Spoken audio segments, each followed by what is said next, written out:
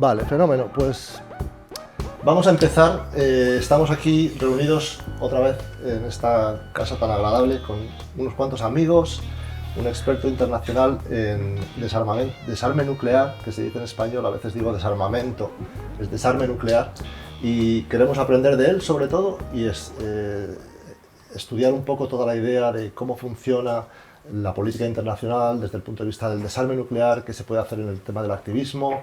Ellos han tenido un éxito maravilloso con un premio Nobel en este tema, y con ICANN, ¿no? Se llama la organización, y vamos, somos verdaderos estudiantes de lo que hacéis, porque nos interesa muchísimo. En Alianza Futurista estamos en contra de todas las armas nucleares, queremos que desaparezcan lo antes posible, y qué podemos hacer para llamar la atención, para, una vez que crezcamos como partido y como organización, llamar la atención de la ONU, de Estados Unidos, de Rusia, de cómo podemos forzarles para que sigan reduciendo sus arsenales hasta eventualmente, si es posible, desaparecer. Y voy a presentar brevemente, aquí tenemos dos personas que ya se presentaron el otro día de la comisión ejecutiva de nuestro partido. Tenemos a, como he dicho, a Carlos Umaña, un experto en el tema. Tenemos también gente por Zoom, que ahora también se presentarán ellos un momento, y tenemos a una gran amiga mía de toda la vida, Marisa, que nos va a acompañar y también preguntar lo que quiera y decir lo que quiera. Entonces yo te dejo adelante, Carlos, que retomes tú, y yo voy a ver que ahí ha vuelto el Zoom. Mira, él solo, arte de magia. Adelante, te doy la palabra, Carlos. Vale, gracias. Bueno, ya como presentaste, sí, yo pertenezco a ICANN, que es la Campaña Internacional para abolir o para la abolición de las armas nucleares, por sus siglas en inglés, ICANN, ¿verdad? Que también significa yo puedo. Sí, es una coalición que actualmente tiene 650 organizaciones, de hecho, ya vamos por un poquito más, en 110 países. ICANN yo pertenezco a la Junta Directiva de ICANN, también estoy en la Junta Directiva de la Asociación Internacional de Médicos para la Prevención de la Guerra Nuclear. IPPNW, por sus siglas en inglés también, acrónimo cortito. Y esta organización fue la que empezó, en realidad. Fue fundada en 1980 por médicos estadounidenses y entonces soviéticos, que se reunían, que sí había una fuerte división, una fuerte polarización en ese entonces, pero sí había comunicación entre científicos. Entonces ellos decían, bueno, si nos podemos comunicar como científicos y podemos vernos en congresos, también tenemos que podernos comunicar por la paz. Y ellos empezaron una federación que fue un movimiento bastante importante en los 80, cuyo fin era divulgar las consecuencias humanitarias de las armas nucleares. Es decir, que las armas nucleares no se conversara sobre ellas como un activo estratégico, como una pieza de ajedrez, sino en virtud de lo que le causan a las personas. Entonces, por sus esfuerzos y por el movimiento que generaron, que también se les acredita haber influido políticamente a Reagan y Gorbachev en ese entonces, recibieron el premio de la UNESCO en 1984 para la educación y el premio Nobel de la Paz en 1985. Y se formaron, de hecho, políticamente era un movimiento muy relevante. Con los 90s, cuando terminó la Guerra Fría, todo el movimiento antinuclear se vino abajo porque era un momento de baja tensión en el que la gente pensaba que eso iba a conducir al desarme nuclear.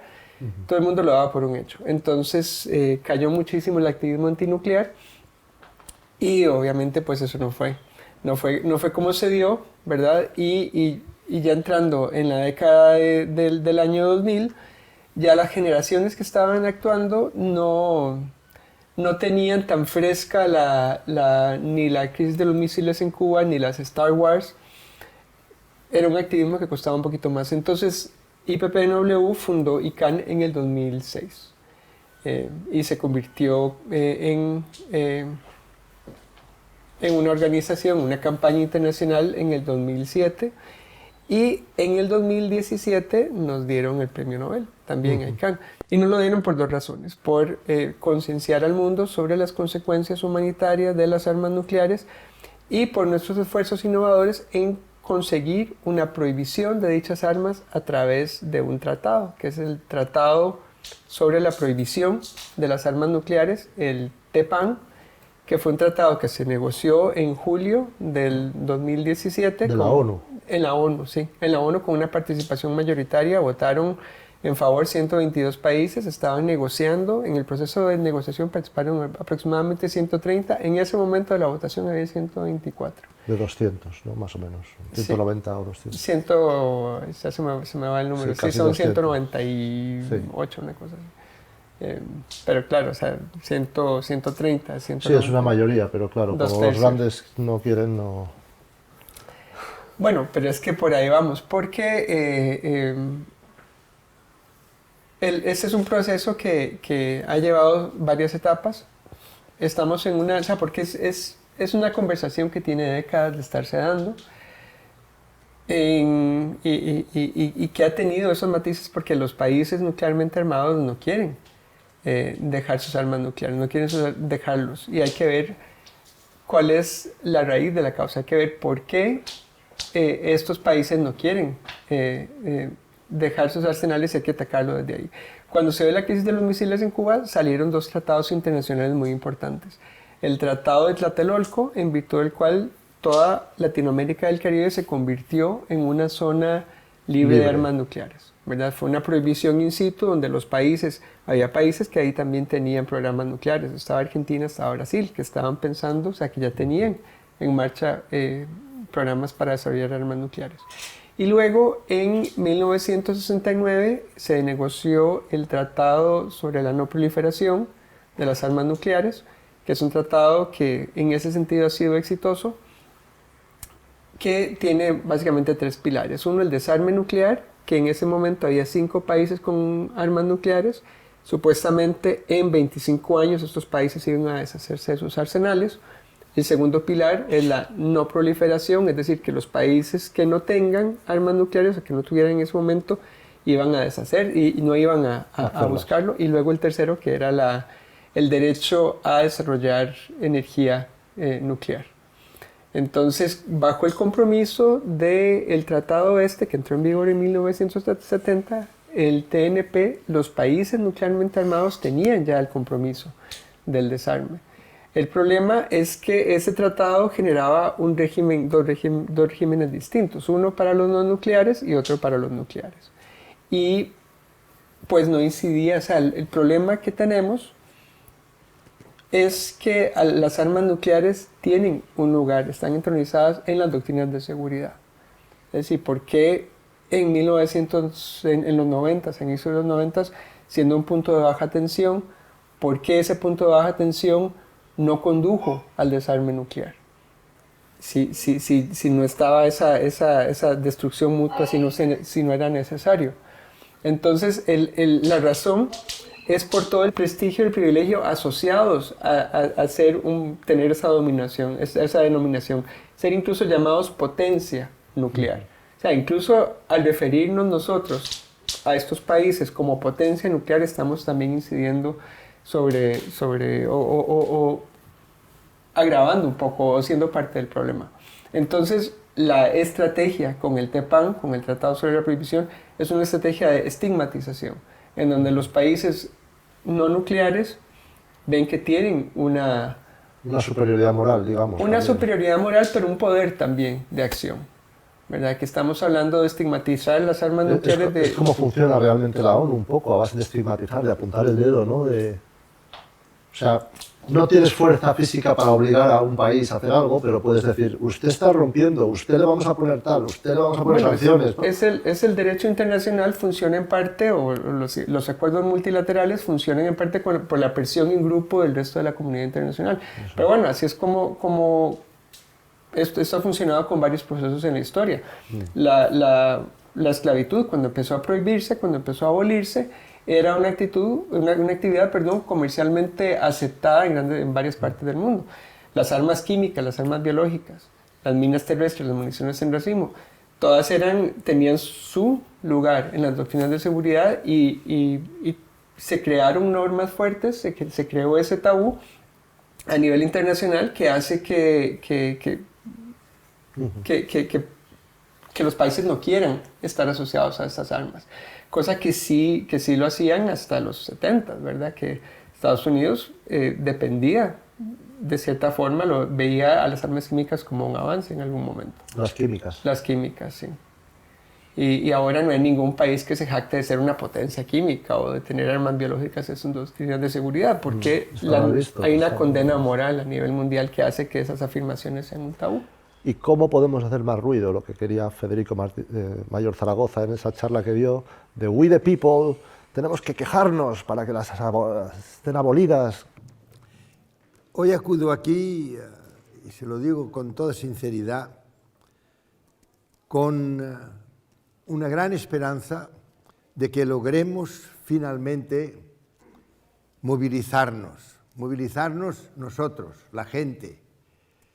A mí siempre me llamó la atención, y lo que después yo interpreto como una gran sabiduría de Roosevelt, el que la Carta de las Naciones Unidas no empieza diciendo nosotros los gobiernos o nosotros los estados, empieza diciendo nosotros los pueblos.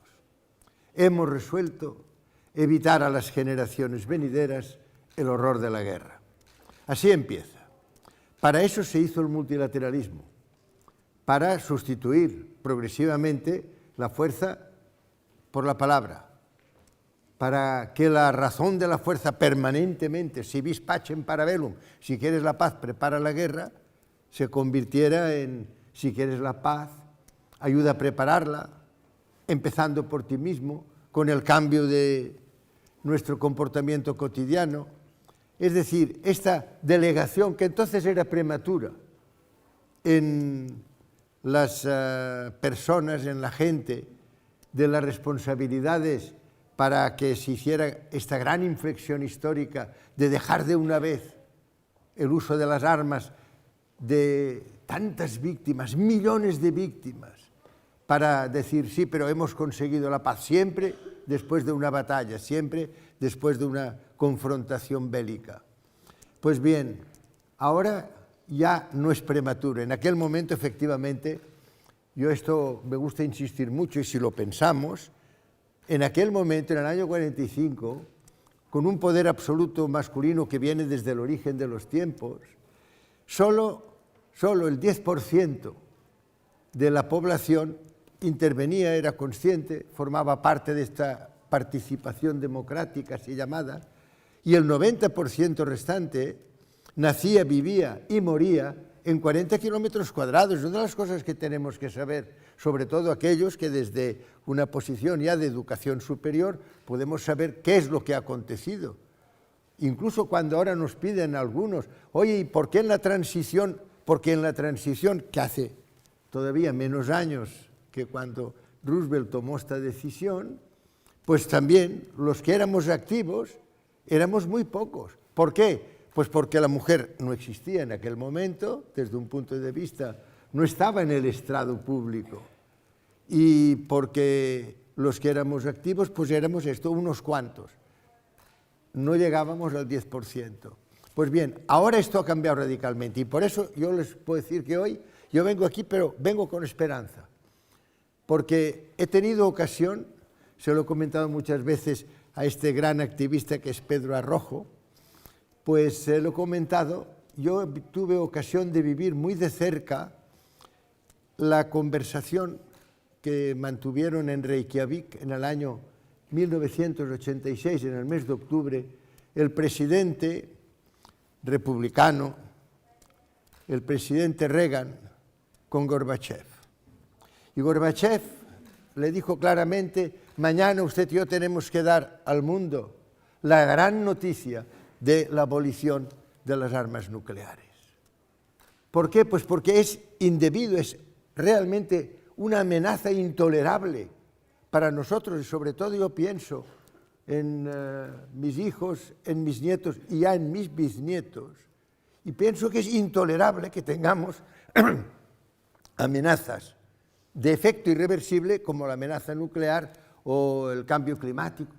Uno dice, ¿cómo puede ser que esto se mantenga? Bueno, pues por eso yo en aquel momento pensé, qué bien que mañana anunciarán los dos presidentes, tienen que pensar que los Estados Unidos y en aquel momento la Unión Soviética, hoy Rusia, tienen el 90% de las armas nucleares. Pues bien, en el primer día de las conversaciones lograron bajar el 70%, lo pueden ver ustedes en internet, hay aquel descenso. Al acabar la jornada, el presidente Gorbachev le dijo al presidente Reagan, bueno, ahora ya solo podemos destruir la humanidad 300 veces en lugar de 1000, pero tenemos que procurar, como yo le decía, anunciar la abolición total de las armas nucleares. Al día siguiente, después de las consultas con la cúpula militar de los Estados Unidos, el presidente Reagan mantuvo que tenía que tener, por razones de disuasión, como se llama, y para el efecto disuasorio de otros poderes, que tenía que mantener el 30%, y entonces, como ya pueden ustedes deducir, aquella gran esperanza de que se anunciaría la abolición no tuvo lugar. Después ha habido una serie de esfuerzos que se han ido prodigando, pero lo que es cierto es que hoy seguimos, después de tanto tiempo, a pesar de que se han hecho muchos esfuerzos para el multilateralismo, para decir que no puede ser que haya todavía unos países que sean los que ostentan esta inmensa capacidad de destrucción, se han ido añadiendo algunos absurdos, por momentos políticos que han pasado y que se han cedido la capacidad nuclear. En estos momentos, que se ha retirado el Reino Unido de la Unión Europea, ya solo queda Francia, en el caso de la Unión Europea, que tenga en estos momentos algunas, parece ser que tiene menos de 300 ojivas, pero de todas maneras es lo mismo que él estaba diciendo. No se puede tolerar que haya nadie que tenga capacidad de destrucción del mundo en su conjunto, incluso por accidente, incluso porque podrían, en un momento determinado, por error o por las circunstancias que fueran, pudiera desencadenarse una situación de acoso y de destrucción enorme por armas nucleares. Pues bien, yo por eso quería decirles que cuando supe que tendríamos aquí la oportunidad de tener a Setsuko Zarlow con nosotros, tener este mensaje directo de la persona que ha vivido, que sabe lo que esto representa, yo pensé que era muy importante en estos momentos reavivar esta campaña internacional para la abolición de las armas nucleares, porque todos ahora sí, ahora ya podemos todos empezar a decir, no, ahora ya somos nosotros los pueblos. Este es un tema de las Naciones Unidas, esto no es un tema del presidente republicano de los Estados Unidos, porque ya saben que una de las cosas que ha hecho el señor Trump ha sido también apartar el acuerdo que había alcanzado nada menos que Obama con Irán, por ejemplo. Bueno, por tanto, ahora ya podemos decir, no, ahora nosotros ya no nos vamos a callar, vamos a movilizarnos, vamos a secundar los referentes, como representa en estos momentos Setsuko, vamos a procurar que en muy poco tiempo se sepa que no estamos esperando decisiones de la Unión Europea, que no se van a producir, ni de los distintos estados, que vamos los ciudadanos, we the peoples, nosotros la gente, vamos a movilizarnos en favor de las generaciones venideras. Estas responsabilidades intergeneracionales, a mi modo de ver, es lo más importante que hay. Recuerdo cuando nos decían, lo que tenemos que hacer es mirar a los ojos de nuestros hijos, de nuestros nietos, y decirles, no os vamos a traicionar, vamos a ser valientes, vamos nosotros a tomar, ahora ya podemos, ya tenemos, gracias a la tecnología digital, la posibilidad nosotros de poner en un día en que nos pongamos todos de acuerdo diciendo, señor Trump, si usted no cambia de manera de proceder y no acepta esto, señor, el que sea de Rusia o el que sea de los otros países que tienen armas nucleares, dejaremos de comprar productos de sus países y estaremos contra ustedes, nosotros los pueblos. Nosotros los pueblos tenemos una gran fuerza, pero tenemos unos medios de comunicación que normalmente hacen que no podamos expresarnos, hacen que lo que decimos no tenga repercusión, no movilice a la gente. Yo creo que todo eso va a ser superado y que en muy poco tiempo consideraremos el silencio como delito. Lo escribí en el 15 de mayo, hace algunos años. Delito de silencio. La implicación, indignación, y la implicación es absolutamente necesaria.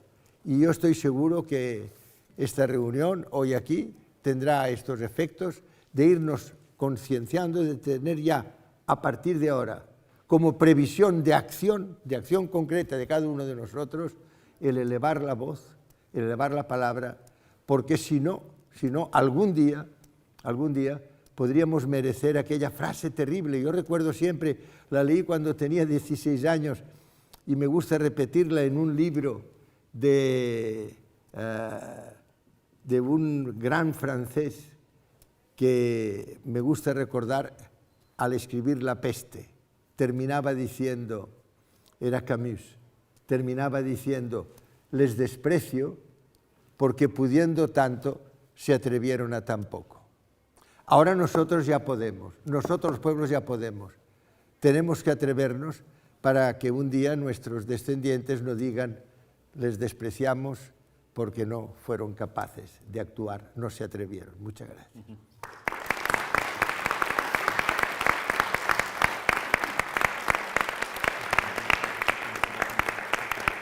¿Cómo se hace, aparte de ese tipo de negociación de la ONU, cómo podemos hacer más ruido? Sí, porque el tipo de negociación de la ONU es una herramienta, pero esa herramienta por sí sola no va a llegar al desarme nuclear, porque sí, lo que estamos detrás, lo que estamos queriendo conseguir es un cambio de paradigma.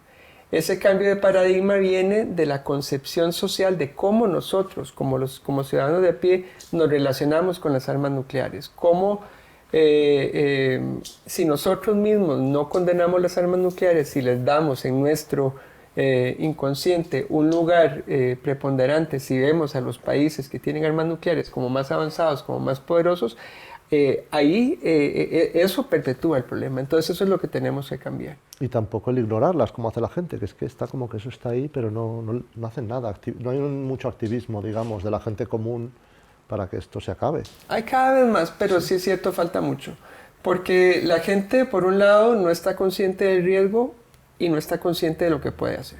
Entonces, lo que se ha enfocado la campaña es precisamente en esas dos cosas, en generar conciencia para que la gente actúe y darle las herramientas, ¿verdad? En eso consiste la campaña, darle las herramientas para que actúen, no solamente haciendo marchas, que es muy importante también que se manifiesten tanto físicamente en la calle, como en sus redes sociales, como en sus ámbitos sociales, familiares, etcétera, sino también políticamente, haciendo incidencia política y en todos los niveles, no solamente con el gobierno central, sino también con los diputados, con los parlamentarios, con los autonómicos, en las ciudades y en los municipios. Todo esto puede tener una incidencia para lograr, sí, que el país firme y ratifique el Tratado de Prohibición y se apunte del lado correcto de la historia, pero también involucrar a la clase política en esto y que se tomen las decisiones como tienen que ser. ¿Hay algún día del año que sea en contra del armamento, por el desarme nuclear o algo, o no? Sí, ahí está el día por el desarme nuclear, se me acaba de ir la fecha, creo que es el 20 de septiembre. Bueno, lo ponemos abajo. Ahora lo buscamos. Pero también el día del tratado, que es el 7 de julio, los hitos también, la conmemoración de las detonaciones de Hiroshima y Nagasaki, eso es importante también hablarlo para que no se repita justamente un Hiroshima y un Nagasaki. Porque lo que estamos hablando aquí no es de una destrucción. Hiroshima y Nagasaki son cositas muy pequeñas en comparación con lo que podría pasar. Estamos hablando de una amenaza existencial de la cual no se escapa absolutamente nadie en todo el mundo. Sí, se salen todas a la vez. Ya he visto que no hay manera de... En Japón, ¿sabes si tenéis un especial apoyo al desarme nuclear por haber sufrido precisamente el único ataque de momento de armas nucleares contra los civiles? Hay apoyo de la gente cada vez más, hay apoyo de varios municipios, pero el país todavía no. Y es una cuestión de que, el mundo en torno a las armas nucleares no es un blanco y negro de los países que tienen y no tienen, sino que lo podemos definir como una serie de círculos concéntricos, ¿verdad? Los más externos en esa, ir pelando la cebolla por capas, están los países que no tienen armas nucleares, que no tienen ninguna alianza militar y que ya tienen alguna prohibición, como Latinoamérica, el Caribe, como África, como países en el sudeste asiático y países en el Pacífico. Luego, más hacia adentro en la cebolla, tenemos los países que no tienen armas nucleares, pero que tienen alianzas militares con los países que sí tienen armas nucleares, los que se denomina que están debajo del paraguas nuclear. Y ahí están los países de la OTAN, está Australia, está Corea del Sur y está Japón también. Entonces estos países tienen una presión política para alinearse con los intereses de los países nucleares. Y ya más al centro tenemos los 9 países que tienen armas nucleares, que los 9 no son iguales, los 9 tienen diferentes presiones. Y en el puro centro de la cebolla están Estados Unidos y Rusia. Claro. Que esos son obviamente los que va a ser más difícil que lleguen al desarme nuclear y los que van a insistir mucho más. O sea, es más fácil lograr que Gran Bretaña se desarme que Estados Unidos o Rusia. Claro, claro. Oye, ¿y tú no crees que si hubiera, porque a mí me parece muy interesante el hecho de que pueda haber manifestaciones y así por parte del pueblo que están en contra, está bien, pero a la hora de la verdad creo que esto tiene poco recorrido, pero no llega a producir mucha. Pero sin embargo, si fueran los países los que tomaran, por ejemplo, el marcaje de aquellos que tienen armas nucleares, no como que son poderosos, sino que todo lo contrario, como que son deficitarios, o sea, como que tienen una tara. Dice, a ver, yo ahora marco a Estados Unidos, marco a Rusia, marco a la India, a países que tienen armamento nuclear, les pongo una cruz, ¿no? ¿Y cómo actúo contra ellos? Pues yo creo que hay una situación muy fácil. Primero, a nivel económico y comercial. O sea, dejo de comprar los productos a nivel individual y la otra cosa, pongo un control arancelario. De tal manera que aquel país que tiene alto nivel de armas nucleares tiene una presión arancelaria a sus productos muy alta. Y según va reduciendo su poder atómico, va teniendo más abiertos los mercados. O sea, es una manera de presionar, pero por parte de los estados, porque, a ver, yo soy de los que creo poco en el movimiento popular. Creo que tiene que ser un movimiento estatal, ¿no? Y eso dice, señores, usted tiene bombas atómicas, pues les vamos sus productos tienen un arancel de un 80%. El que usted meta un producto suyo en mi país le va a costar tanto más. Entonces, creo que sería porque al final lo que nos mueve es el Mayor Zaragoza hablaba de no comprarles nada. No comprarles nada. Mayor Zaragoza decía no comprarles, pero como lo veo muy difícil, pero una manera de decir no comprarles es decir, no, le voy a poner a usted un impuesto arancelario muy alto. Usted vaya reduciendo sus bombas y en el momento que vaya reduciendo las bombas le voy subiendo, le voy quitando impuesto arancelario. Vamos, yo veo que sería la solución y además que le daríamos la vuelta a todos. Es que tener bombas atómicas es malo. Claro que es malo, es muy malo. A ustedes tenemos que... No es mala idea eso. Claro, tenemos que darles duro. ¿Y cómo? Pues así, no le compro. Oiga, yo soy un cliente, no le compro. Y no solamente no le compro, se lo pongo difícil. O sea, no sé, ¿qué te parece esa posibilidad? No, sí, pero... en el comercio internacional eso es un poco difícil, pero ahí estamos hablando de una medida práctica de la estigmatización, ¿verdad? Estamos estigmatizando a los países claro. Y generar como cierto boicot que también se puede hacer a nivel de las personas. Sin embargo, como estamos hablando de un cambio de paradigma, es muy importante, o sea, los cambios así no vienen de las cúpulas. Vienen o necesitan, no vienen tampoco solamente de las bases, o sea, necesitan, sin embargo, estas bases. Y tiene que haber como un punto intermedio también las bases comunicándose con las cúpulas, no creando una cúpula nueva, porque ya ahí tenemos como otro problema, pero comunicándose con la gente que está actualmente en el poder, incidiendo sobre ellos, pero con ese apoyo fuerte de las bases y teniendo esa comunicación directa, haciendo incidencia política.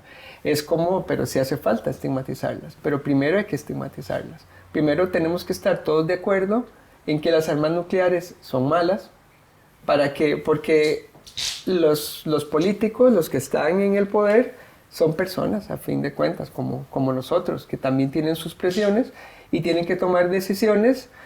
A veces toman las decisiones que son más fáciles. Y no hay que ponérselas fáciles. Tienen que responder a su gente, especialmente en países democráticos, y no van a tomar decisiones, qué sé yo, no se van a poner a crearle bloqueos a Estados Unidos con un tema que la gente no lo ve como prioritario, ¿verdad? Sí, es difícil que la gente quiera hacer eso, bloquear a Estados Unidos. Lo que dices tú es que hay que mentalizar a la gente de que el tema prioritario es este, ¿no? Sí. Y entonces esa mentalización, lo que pasa es que esa mentalización, como no sea a través de estamentos públicos muy importantes, o sea, no sé, es muy difícil. A la masa, por decirlo de alguna manera, la tienes que imbuir las ideas a través de que, bueno, de que los países o lo que sea se las meten, les hacen. Si no, la masa va a ir por donde quieran los poderosos. Más o menos, es que, o sea, de eso se trata el trabajo, porque hacemos incidencia política, es decir, viendo la cúpula, y hacemos campaña que es orientada hacia las bases, hacia la gente. Entonces, a veces pasa, o sea, que uno cree que todo el mundo tiene que estar en la calle, si no, no pasan las cosas. No necesariamente. A veces pasan que das con una persona clave, que de repente esa persona pudo hacer algunas cosas y esta persona, simplemente por estar haciendo campaña, una persona clave se conscienció, sí, y de repente hizo algo y tenía un contacto importante y eso derivó en tal cosa, y a veces son pequeñas, claro, oportunidades que derivan. Pero tú imagínate que exista un partido político que diga: señores, vamos a pedir un control arancelario a todas aquellas potencias atómicas, bueno, potencias de guerra nuclear. Vamos a ponerles un control arancelario duro. ¿Están ustedes de acuerdo? Claro, si la gente va y dice: hombre, esto es una manera de solucionarlo, pues venga, vamos a votar a estos. Ya conseguimos que el poder pueda hacer esas cosas. O sea, ya conseguimos que ese país a lo mejor, pues yo lo siento mucho, yo a usted no le compro. Si luego otro país hace lo mismo, y es que cuando se lo oí esto a Mayor Zaragoza, una cosa parecida a esto que estoy diciendo, y digo, es que está ahí, hay que buscar la solución por una parte comercial, o sea, por económica.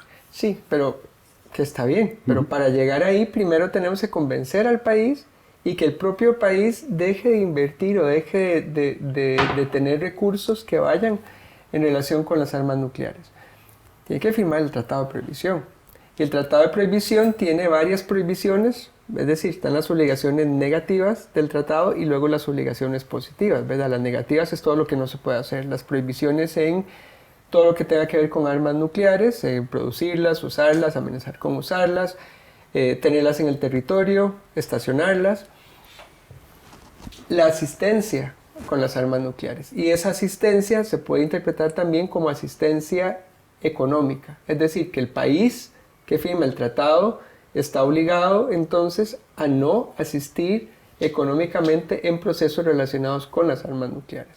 Entonces el país primero tiene que aplicar eso, ¿verdad? Y luego ya empezar a estigmatizarlas. Y luego las obligaciones positivas, que aparte de que todo tratado de este tipo tiene, que son generar una secretaría, reunirse cada cierto tiempo, hay obligaciones también que hablan sobre la reparación ambiental y sobre la asistencia a las víctimas de las detonaciones, ya sea en tiempos de guerra, como fueron Hiroshima y Nagasaki, como por los 2062 ensayos nucleares que se han hecho. Entonces, pero bueno, trabajar en esos dos ámbitos es parte. Por ejemplo, a ver, las armas nucleares, los gobiernos están invirtiendo 83 mil millones de dólares al año directamente, fondos públicos, los fondos de la gente se están invirtiendo en el desarrollo y la modernización de las armas nucleares, directamente. Indirectamente, como funcionan el comercio internacional, las finanzas internacionales, estamos hablando de 116 mil millones de dólares anuales. Eso es lo que se invierte anualmente en las armas nucleares. Entonces, primero, trabajar el país a lo interno en esa prohibición, ¿verdad? En prohibir y regular que esas armas no se financien con dinero, en el caso de España, con dinero español, ¿verdad? Que los bancos españoles entonces no pongan plata que no haya inversiones españolas en estas compañías, porque sí hay varios bancos. El Banco Santander, el BBVA, prácticamente todos tienen fondos en esas empresas que producen armas nucleares, porque es una inversión, entre comillas, segura, precisamente por la situación en la que estamos. Marisa, de hecho, ahora ¿qué nos cuentas? David, no, yo quiero que hagas alguna pregunta o nos saludes. No, estoy escuchando, es que no sé qué puedo aportar. Yo creo que es muy complicado poner aranceles o comerciales a un país como pueda ser Estados Unidos y formar parte del Tratado del Atlántico Norte. No tiene ningún sentido. O sea, habría que salir de la OTAN y luego ponerle, si quieres, aranceles. Es que es demasiado grande la raigambre de relaciones políticas, geopolíticas, comerciales entre los estados como para pues sobre todo los que tú decías, los dos países que están en el core, presionarles para que dejen de... Vamos, de hecho yo creo, en mi opinión, o sea, si Rusia no ha atacado con una ojiva nuclear a Ucrania es porque sabe que en 3 minutos les caía una a ellos en el centro de... Para empezar les llega el aire, que va para allá. Para empezar el aire, o sea, bueno, depende del viento, pero vamos, que encima se contaminan todos. Quiero decir, ¿qué sentido tiene? Es que no lo sé. Yo es que veo muy pocas posibilidades de presionar. Me refiero a los del core, ¿eh? Porque estamos todos, es que al final hay muy pocos, y sobre todo los que son muy débiles políticamente hablando o geopolíticamente hablando, que no forman parte de una manera directa o indirecta de todo lo que es el armamento nuclear. España lo es, o sea, estamos en la OTAN, pues no seamos ingenuos. Claro que lo somos. Bueno, pero ahí se puede hacer una diferencia, ¿verdad? Porque, por ejemplo, para firmar el Tratado de Prohibición no hay que salirse de la OTAN. La OTAN no es una alianza nuclear explícitamente. La OTAN tiene una serie de lo que se llaman conceptos estratégicos que guían la estrategia de la OTAN. En el 2010, Hillary Clinton fue la que le puso el apellido nuclear a la OTAN, que dijo que la OTAN es una alianza nuclear, pero eso no modifica el tratado propiamente. Y de hecho ya hemos hecho estudios, empezando o sea, con algunos países que se han acercado, que han estado próximos a la firma del Tratado de Prohibición. De la OTAN todavía ninguno, pero Noruega estuvo muy cerca. España en el 2018, Pedro Sánchez acordó firmarlo en una negociación que tuvo con Podemos en ese entonces. Islandia también ha estado cerca. Se ha visto ese tema muy a fondo y no hay incompatibilidad entre ser parte de la OTAN, o sea, no hay que salirse de la OTAN para firmar y ratificar el Tratado sobre la Prohibición. Entonces hay que, o sea, si bien en este momento nadie está dispuesto a ponerle aranceles a Estados Unidos de esa forma, hay que trabajar sobre la estigmatización. Hay que quitarles ese rol que tienen las armas nucleares porque las armas nucleares son actualmente la moneda de poder. No, absolutamente. Sí. Absolutamente. Y eso es lo que y eso se cambia, eso es algo que en lo que querámoslo o no, todos de alguna forma hemos sido copartícipes, hemos estado de Tenemos acuerdo. un ejemplo claro, o sea, Francia no es un país económicamente poderoso en el mundo y sin embargo es un país Poderoso porque tiene armas nucleares. Poderoso entre comillas, ¿verdad? Claro. Porque nosotros le estamos dando ese poder, ¿verdad? Pero así como nosotros nos ponemos de acuerdo en que un pedacito de papel que diga 5 euros tenga un valor monetario y con eso nos hemos puesto de acuerdo todos en darle ese papel, ese valor, nosotros también podríamos ponernos de acuerdo en decir, ok, así las pesetas ya no valen, las armas nucleares ya no valen tampoco, ¿verdad? Y si las vemos a la luz del riesgo, de las consecuencias que ya han causado, que le siguen causando a muchísima gente, especialmente a la luz de los ensayos nucleares, y del gasto tan exagerado que hay, porque estamos hablando de los 116 mil millones de dólares al año, ese es un gasto con el que prácticamente se podrían costear todos los objetivos de desarrollo sostenible. O sea, es una locura, ¿verdad? Estamos invirtiendo tantos recursos mundiales en una amenaza en destruirnos. Claro. A todos, pero estamos tan cerca en destruirnos. cuando esos mismos recursos podrían, de hecho, llevarnos a la prosperidad. Estamos soltando mucho dinero para dar miedo, para darnos miedo entre nosotros mismos. Sí, para darnos miedo. Y es que lo absurdo es que por más militarista que se sea, las armas nucleares no se pueden usar, no se pueden detonar, ¿verdad? Se están usando de forma retórica, pero no se pueden usar porque, como vos dijiste, son armas que no respetan fronteras, no se pueden controlar los efectos. Alguien las usará, o usará una maleta, terrorismo, hay mil maneras, pero un día habrá otro problema, seguro. Seguro.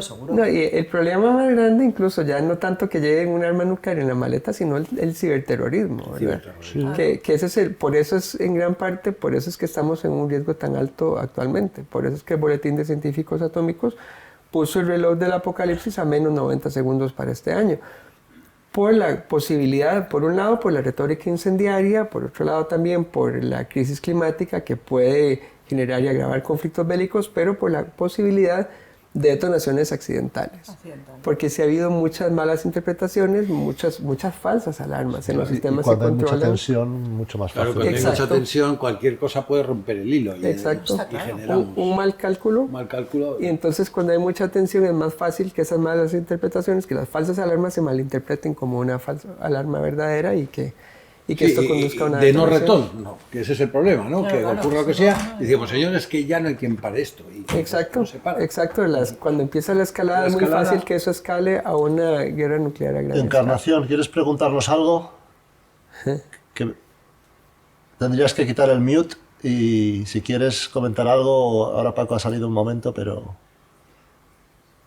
Paco no está. No, la verdad es que es una sensación de completa impotencia, porque desde abajo, ¿qué se va a hacer? Lo único que podemos hacer es sufrir lo que pase. Y si pasa, tampoco va a liberarte de ninguna manera, por muchas precauciones que tomes. Porque no va a ser 4 detonaciones, es que van a ser en cadena.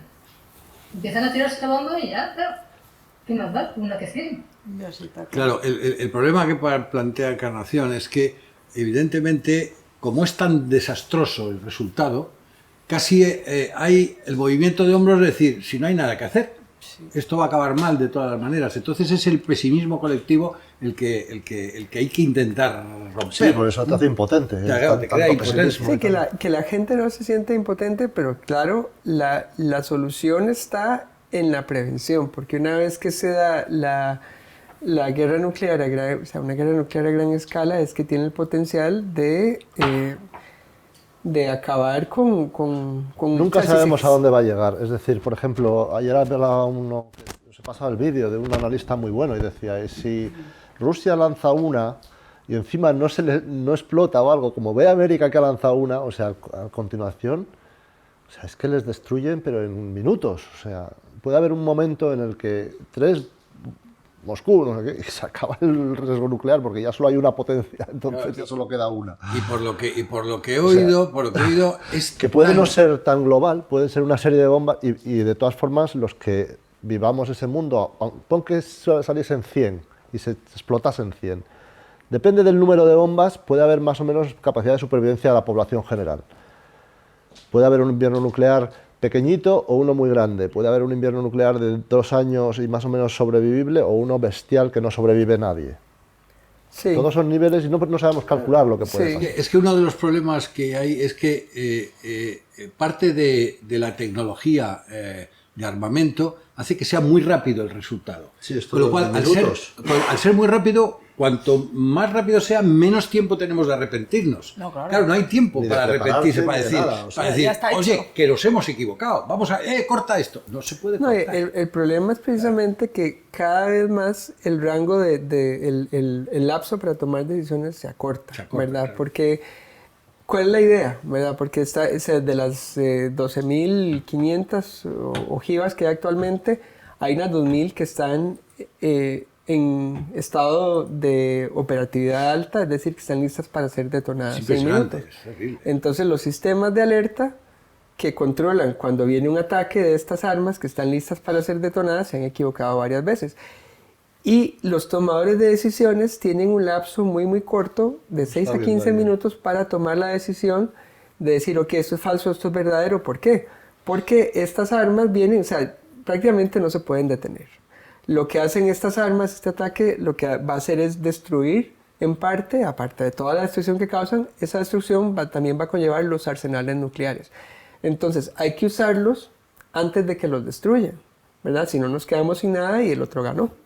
Entonces, ese lapso de decisión es un lapso que es cada vez más corto, claro. y que conlleva una escalada. O sea, de las simulaciones que se han hecho en universidades como la de Princeton, por ejemplo, han hecho simulaciones con tomadores de decisiones estadounidenses. Todos escalan el conflicto. O sea, porque esto es lo que hay que hacer, esto es lo que hay que hacer, nos mataron tantos, hay que matarles tantos a ellos, etc. O sea, es una cuestión que es así. Entonces, lo que tenemos que hacer es trabajar muy fuertemente para prevenir que eso sea, porque el riesgo es alto, pero no es una catástrofe natural. No, ¿verdad? no. Es un invento humano. Es un invento humano. Es un Lo problema. terrible. Exacto. Es lo terrible. Es una amenaza existencial, pero que es un problema político a fin de cuentas. Y es una solución política. Y esa solución política implica entonces ponernos a hablar, que nos veamos entonces como seres humanos, buscar la forma en la que podamos solucionar las cosas sin violencia. O sea, porque la paz al final no es la ausencia o no implica la ausencia de conflictos. Eso es imposible entre cualquier persona que esté tomando una decisión, con cualquier grupo de personas. La paz lo que implica es la ausencia de violencia, o sea, la resolución no violenta de esos conflictos. Y para eso entonces hay que insistir en el derecho internacional, hay que insistir en los derechos humanos, en la comunicación, en generar puentes y en quitar la otredad, en tratar de... O sea, nosotros estigmatizamos las armas nucleares, pero no estigmatizamos poblaciones, no estigmatizamos, es que los rusos son así, o es que Tacataca son así. No, o sea, el buscar lo que tenemos en común. Y eso es muy importante también a la hora de hablar de paz. Y después de ver que Rusia hace estas amenazas directas y estas cosas y usa eso para hacer amenazas, ¿no se está considerando en el Consejo de Seguridad de quitarle el poder de veto, por lo menos? ¿O tú has oído algo de eso? O sea, se ha hablado, pero el problema que tiene la ONU precisamente es ese. O sea, la ONU... O expulsarlos del Consejo de Seguridad, pero igual es peor que no estén, ¿no? Por eso no sé yo. O sea, tienen que estar, pero tienen que estar todos los países de la Tierra tienen que Bueno, estar. el Consejo de por Seguridad eso- son los Sí, permanentes son 5, Son ¿no? 5, sí. Es decir, si uno está portándose tan mal, ¿no? Se le puede expulsar unos años o hasta que se reforme o yo qué sé. Pero que no sé qué es mejor, a lo mejor es mejor tenerlo. A lo mejor el peor, ¿sabes? El que Por esa regla de 3 habría que echar también a los países que hayan usado bombas nucleares contra objetivos civiles. Y Estados Unidos, o sea, ¿qué es peor? ¿Alguien que la ha usado o alguien que amenaza o que...? No lo sé, es decir, también estamos, no comparamos todas las épocas siempre de, bueno, son situaciones distintas lo que pasaba hace 50 o 100 años que lo que del momento actual. Una guerra hace 50 años ahora, al final es lo... Que sí, pero en ese momento teníamos la situación, no la tiene nadie, no sé qué, había una serie de factores. Y no existía todavía la ONU ni eso. Eso fue el resultado anterior a la existencia de la ONU y la existencia del acuerdo de las dos potencias, ¿no? ¿Tú qué piensas sobre si es mejor que esté en Rusia en el Consejo de Seguridad y si es mejor que tenga veto todavía o se lo debería quitar? Es que o a el China, problema ahí no es por no tanto ser una Rusia democracia. o el veto que pueda tener Rusia, sino las propias reglas del Consejo de Seguridad. Porque cuando se hizo la ONU, o sea, fue los 5 miembros permanentes fueron los ganadores de la Segunda Guerra Mundial. El foro, como foro, ni la Conferencia de Desarme ni el Consejo de Seguridad funcionan de esa forma porque mientras un país tenga la posibilidad de bloquear las decisiones, pues no se toman decisiones, las decisiones correctas, porque lo mismo pasa si es Estados Unidos, que también ha cometido varias transgresiones, ¿verdad? Entonces deberíamos quitar el veto. Debería, sí, que fuera A todos. no necesariamente en todos los comités van a participar todos los países, pero que sí sean conferencias abiertas a la participación y que no puedan ser bloqueadas por ninguno. Esa sería la forma en la que podría funcionar. El veto es tajantemente antidemocrático. Absolutamente. Sí. Pues mira, ya tenemos algo para añadir a la próxima declaración de principios. Esto es bueno para sacar detalles, sí. ¿no? De ir Para añadiendo sacar a detalles, nuestros sí, programas y a nuestras... Paco Mota ha vuelto. Paco, ¿Quieres preguntar algo tú? Quítate El mudo. Pon el micrófono. El micrófono, Paco. Paco, a ver. Ahora, es que he tenido que atender a una emergencia con el coche, un coche que se ha quedado en la calle ahí parado. Nada, tranquilo. Y he tenido que ayudar. Nada, yo lo que veo es que la presión que se puede ejercer sobre ciertos gobiernos es bastante manifiesta, sobre todo en países democráticos o relativamente democráticos. El problema es que se complica cuando hay países que son manifiestamente autocráticos. Entonces las sociedades civiles están enmudecidas. Pues vamos, no me imagino a nadie en Corea del Norte manifestándose en contra de que el gobierno desarrolle su programa nuclear. Y en Rusia no sé qué efecto puede tener aquellos que se manifiestan en contra de Putin y su armamento nuclear, no lo sé. A la cárcel. Sí veo que en sociedades democráticas, en los Estados Unidos, pues se pueden ganar o perder elecciones dependiendo del apoyo popular que tenga un político. Y esto sí que depende de eso, de los votos, ¿no? Pero en países donde no hay democracia, lo tenemos todo perdido, por desgracia. Bueno, no necesariamente, ¿verdad? O sea, porque los países donde no hay democracia, los líderes también están respondiendo a sus propios intereses, ¿verdad? Entonces hay cosas en las que también se puede trabajar, pero obviamente el grueso es donde la gente sí tiene poder de acción, que son las democracias, Claro.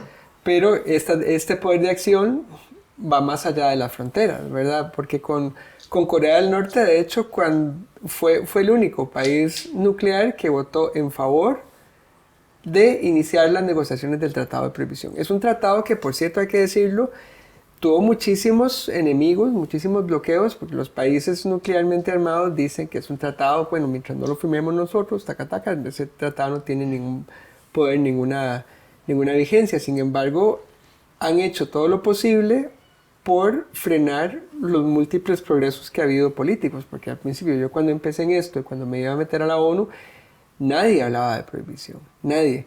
En los foros de desarme nuclear, que casi siempre es el Tratado de No Proliferación, que hay una reunión prácticamente todos los años sobre esto, muy pocos países hablaban de prohibición, porque hablar de prohibición ante los países nuclearmente armados era desafiar a los grandes poderíos militares y económicos del mundo. Fue a través de movimientos regionales que logramos ese apoyo, ¿verdad? Con Latinoamérica y el Caribe, que todos se unieron y hubo mucho consenso en Latinoamérica y el Caribe en ese respecto. Y ojo que en Latinoamérica y el Caribe hay países democráticos y otros no tanto, ¿verdad? O otros que no lo son del todo. Sin embargo, con esa presión que sí se ejerció, que ya es un trabajo que había desde antes, se pudo construir también ese consenso. Y así también lo vemos en los países, en la Unión Africana también, que vemos una situación parecida. Entonces, ese efecto de la presión de grupo también, o sea, que empieza, sí, por los países democráticos, pero también se puede extender a los países que tienen, o sea, que no son tan democráticos o que no lo son del todo. Bueno, sí que es verdad el ejemplo de la sociedad japonesa, de haber sufrido ahí los ataques nucleares, y ahora con lo de Fukushima hubo allí algo de movimiento popular, pero bueno, en contra de cerrar las centrales nucleares, al final las han tenido que volver a abrir.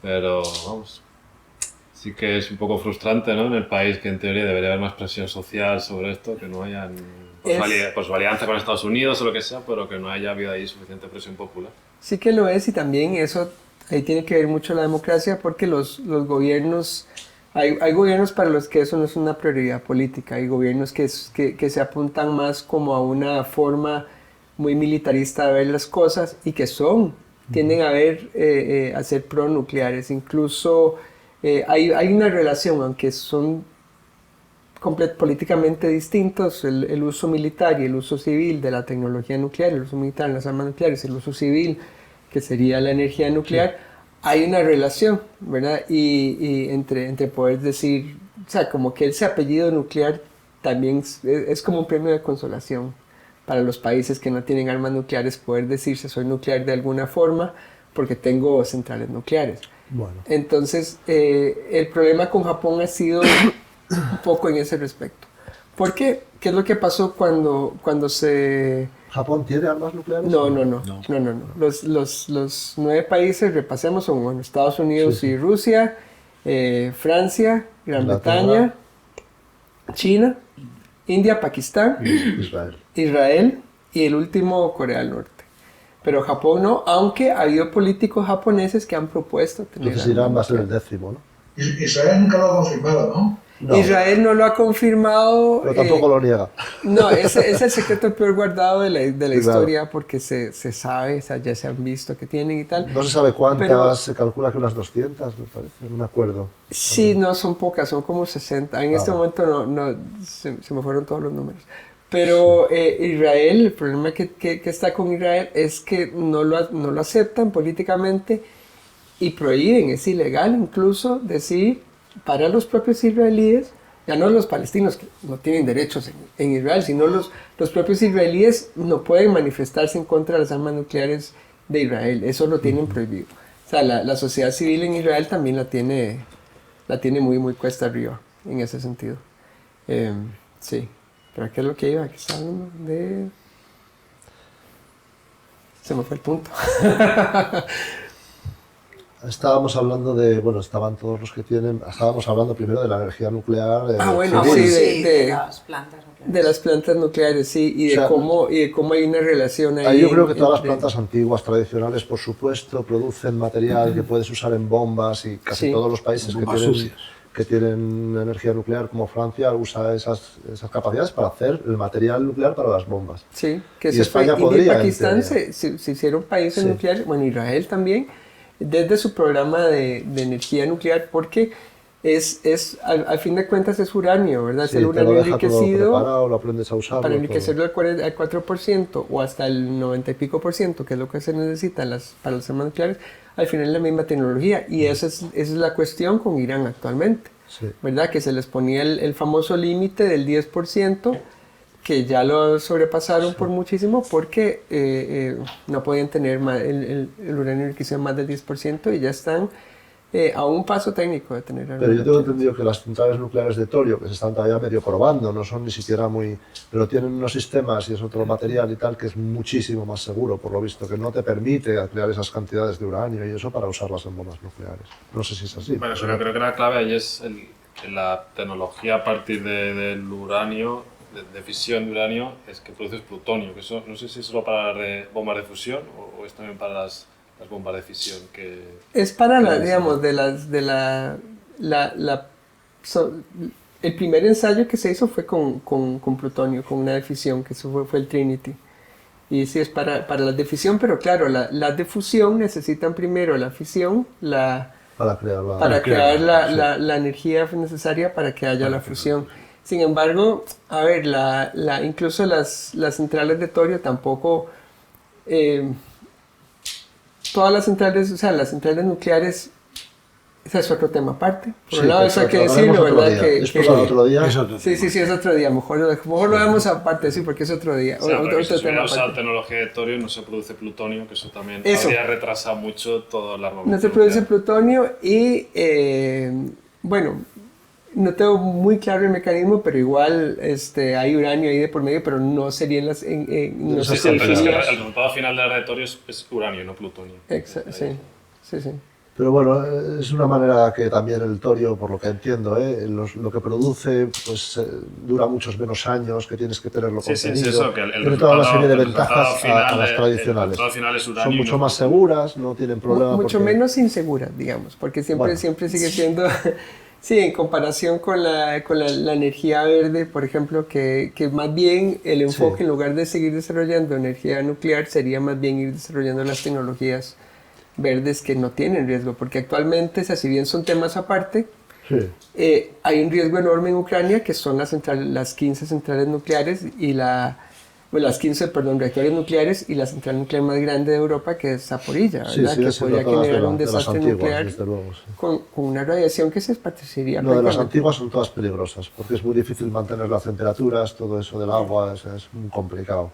No, y Pero, ahora pero hay hablando otras que es que si hay un problema cae todo el material para abajo y se queda ahí, no hay problema de No, nada. y que se puedan usar como bombas sucias, casi que alguna gente se refiere a ellas como armas nucleares preposicionadas porque es muy fácil Claro. usarlas como un objetivo militar, Eso es. que eso entonces Eres genere... una catástrofe. Sí, Pero desde luego estamos hablando de dos temas totalmente distintos, que es el hecho del uso de esto como algo bélico y el uso como un tema energético. No, pero esto está relacionado. Hombre, está relacionado, ¿no? Pero Está pero- relacionado en el sentido pero- de que la energía nuclear se promovió la promovió Eisenhower en su famoso discurso de los átomos por la paz y tal, en relación con cómo la gente estaba viendo las consecuencias humanitarias de las armas nucleares. Hay una relación, pero sí es importante, y especialmente para efectos prácticos de incidencia política, hacer la distinción entre las armas nucleares y la energía nuclear. Hay países, por ejemplo, como Brasil, como México, que hablan de sus programas nucleares, de la energía nuclear con mucho orgullo, y sin embargo también son tajantemente anti-armas nucleares. Y eso es importante hacer esa distinción porque no queremos como desecharlo todo. Es que además lo que yo veo es que parte de estos países que tienen el poder nuclear como armas son países muy peligrosos. O sea, son países de alto nivel bélico, de una inestabilidad grande en cualquier momento, con lo cual aumenta el peligro. Pues dijeron, hombre, resulta que las bombas atómicas están en países más o menos pacíficos o tranquilos, ¿no? Aunque eso es difícil de calificar. Pero no, nos encontramos con Corea del Norte, nos encontramos con Pakistán, nos encontramos con países de alta Estados Unidos y tensión. Rusia. O el propio Estados Unidos y Rusia. Bueno, justamente Rusia, los países clarísimo. pacíficos no las quieren. Claro. No las quieren porque no tienen ningún uso. Cuando uno entiende, yo vengo de un país, Costa Rica, que es un país que se desmilitarizó en 1948, y al quitarse el ejército de encima, entonces te queda el derecho internacional porque no hay otra, no hay de otra. No tenés un ejército para defenderte, entonces tenés que relacionarte con los otros países a través del derecho, a través del diálogo, a través de la diplomacia. Entonces los países que tienen eso claro, que le dan peso a ese tipo de relaciones, entonces para ellos no buscan tener armas nucleares. Los Claro, países pero sin embargo son claras víctimas posibles de una guerra nuclear, eso está evidente. como todos, Como o sea, todos, toda la como humanidad, todos. toda la vida sobre la Tierra puede sufrir.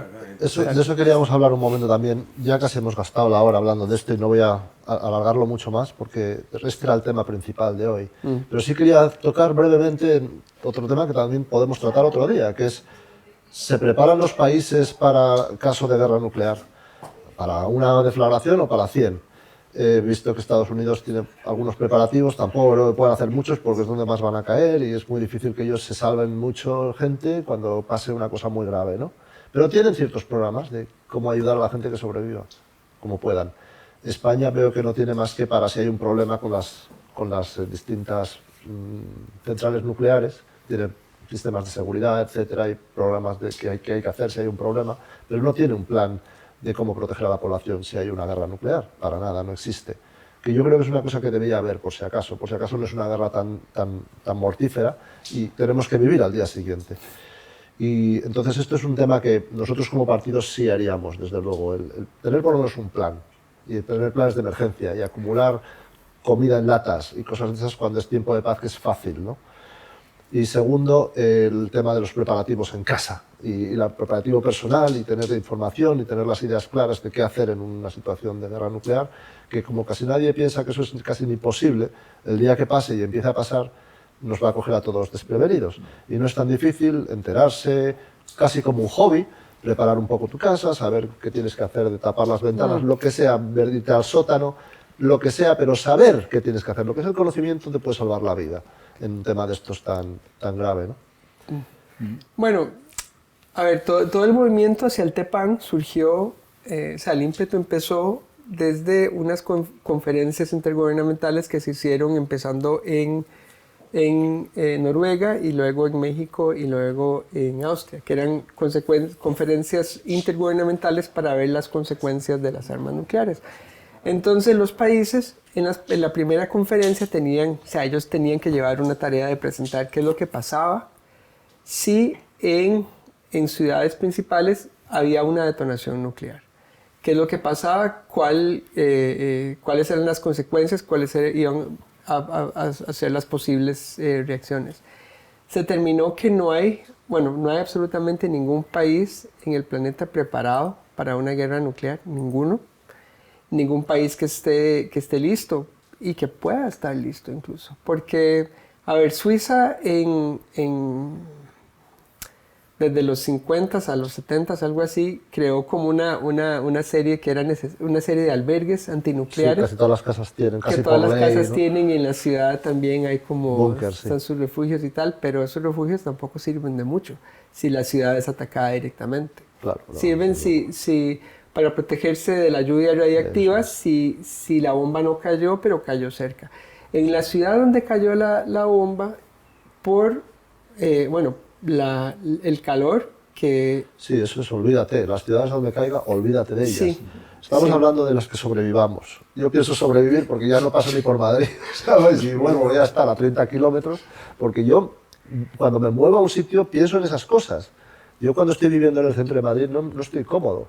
Aunque sé que Madrid puede que no sea un objetivo, normalmente sería Rota, pero bueno, me da igual. Yo prefiero estar a 30 kilómetros casi todo el tiempo, ¿sabes? O a 60. La cosa es que, o sea, si estamos hablando del radio de destrucción de las armas nucleares, o sea, si te usan una bomba como la Little Boy que se usó en Hiroshima, que tenía una potencia de 16 kilotones, Sí, pues es. Quizás te salves si no estás en Madrid, pero si usan un megatón. un megatón o las que hay que tienen más, eso es una región entera la que se va. La más potente es la bomba ZAR, esta la rusa. Esa es, sí, sí, la bomba no, ZAR, es 50 y tantos 50 y megatonnes, sí.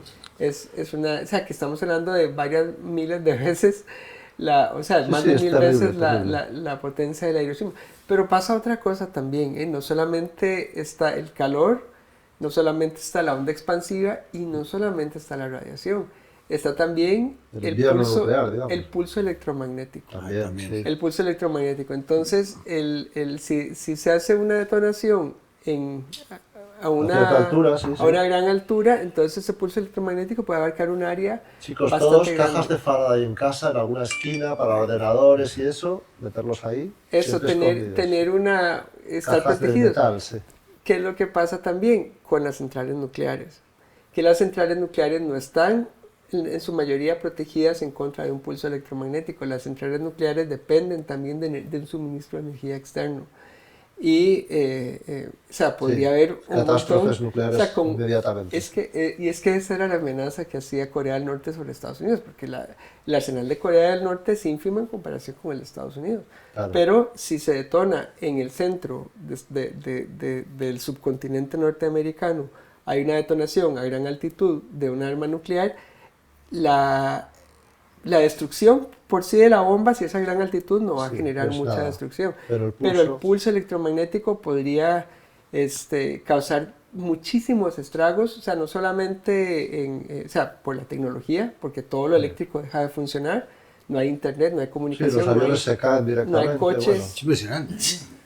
Sí, es algo eso. Y Se por caen otro 1000 lado, aviones de repente. ¡Pum!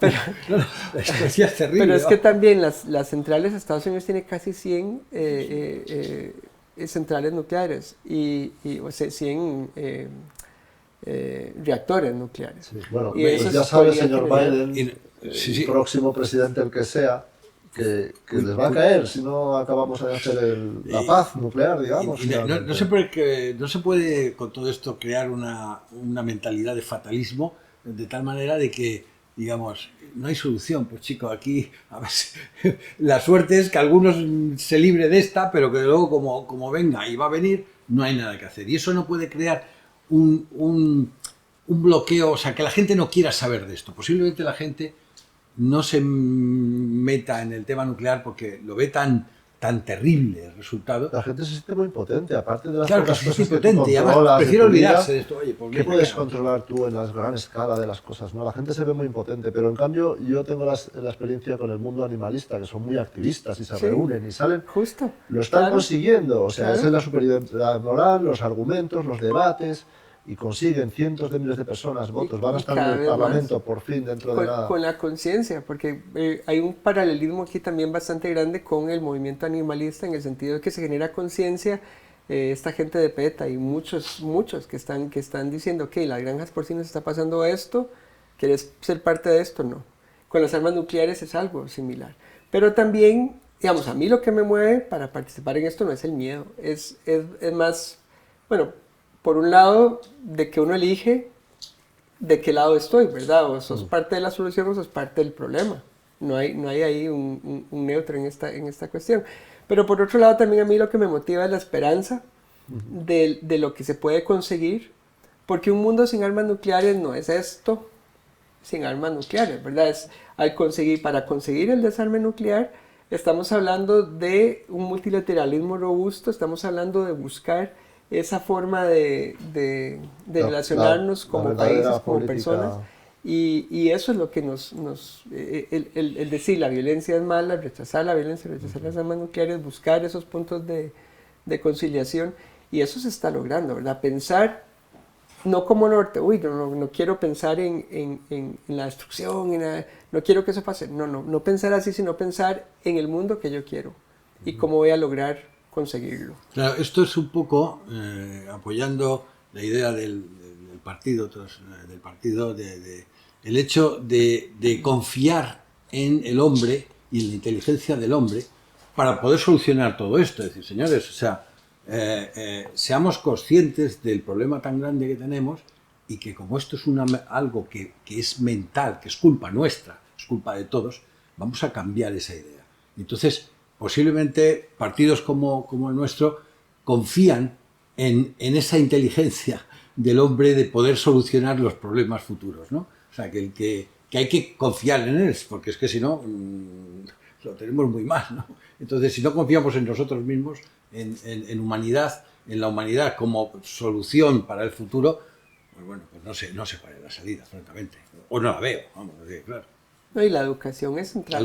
La educación es central, el cómo nos educamos para relacionarnos los unos con los otros, cómo incluso la no violencia, sí, ¿verdad? Como concepto, sí. que si uno lo interioriza a nivel pequeño, ¿verdad? De las interacciones pequeñas con las personas, decir, yo no voy a mí a veces me cuesta que si vas conduciendo y se te mete alguien estúpido, como que quitarse uno la violencia encima, educarse para reaccionar de forma no violenta, también eso a nivel micro, eso incide también sobre cómo se relacionan las personas a nivel... Genéticamente es complicado eso, porque nos viene sí, por genes el hecho de ser el instinto de agresividad, ¿no? Agresividad, sí, de defensa. Pero de defensa. También tenemos el instinto social, somos una especie muy social y también tenemos ese impulso por cuidar de los otros. También eso es también parte del ser humano.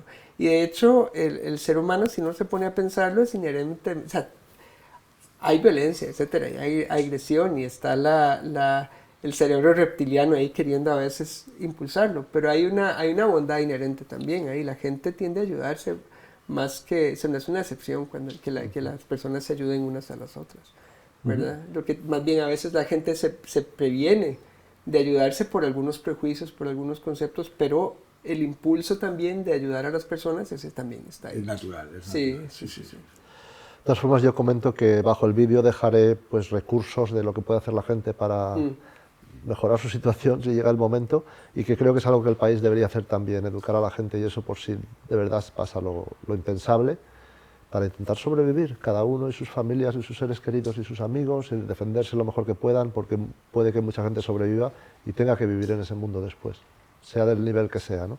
Y un invierno nuclear significa saber sobrevivir durante años, cuando ya el mundo no vuelve a ser lo que era.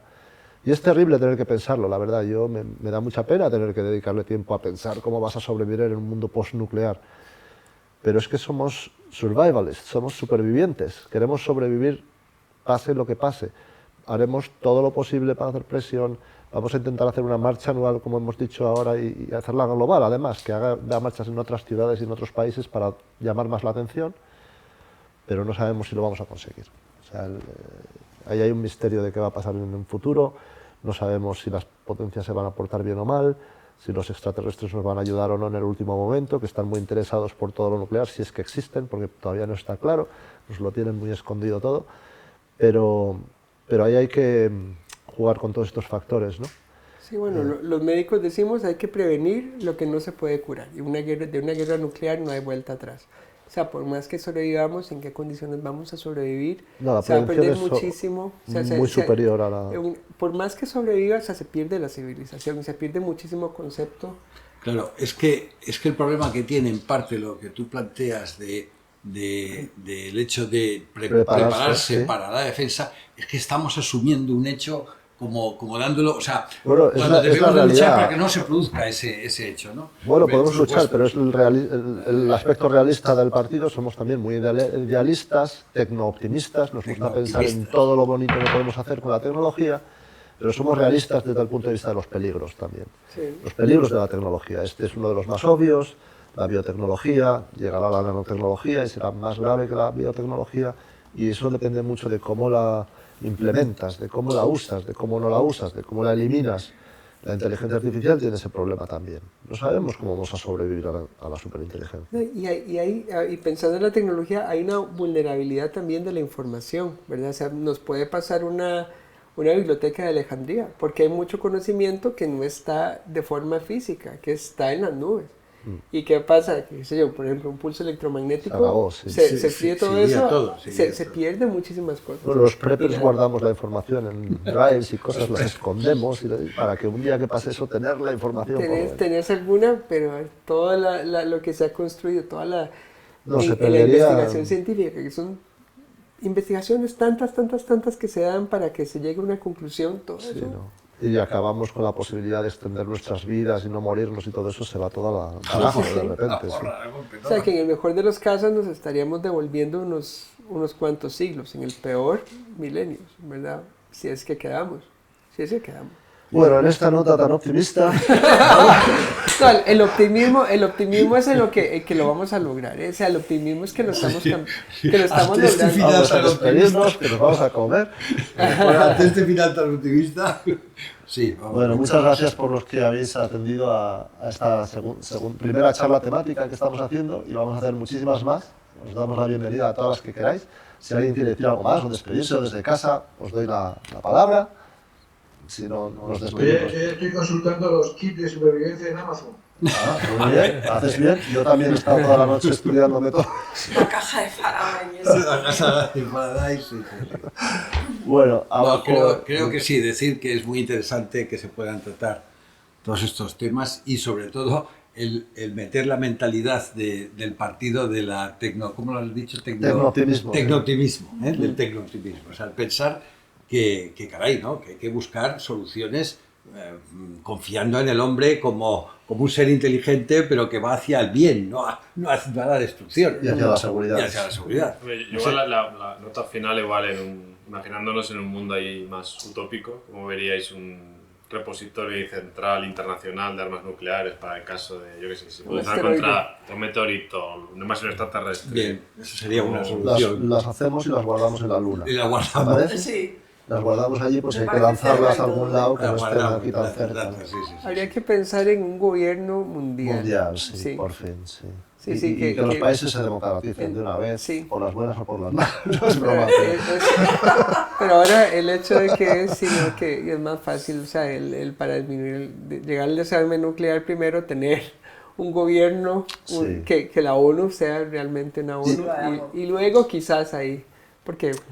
Y las poblaciones que están secuestradas por sus gobiernos autoritarios, que levanten la voz ya y que los echen, porque de verdad necesitamos democracias ya, más democracias en el mundo. O sea, la gente se tiene que levantar contra los dictadores y los teócratas y toda esta gente que nos tienen asustados. A mí todo el lado de la parte no democrática del mundo me tiene asustado, porque la población no vota. Vas a protestar en la calle y te meten en la cárcel, ¿no? Como en Rusia ahora. Allí no pueden salir 10.000 personas como en Madrid a protestar por el desarme nuclear. Allí no lo permiten. Entonces es muy duro eso, sí. Pues se dice, no, es que en Gaza han elegido al Hamas. Bueno, es que allí no hay libertad para votar ni para nada. O sea, por favor. Hace sí que pero a ver, también hay que ver también qué rol tienen los países, entre comillas, democráticos en poner regímenes totalitarios, ¿verdad? Que Estados Unidos lo ha hecho muchísimas veces, tanto en América Latina como en el Medio Oriente.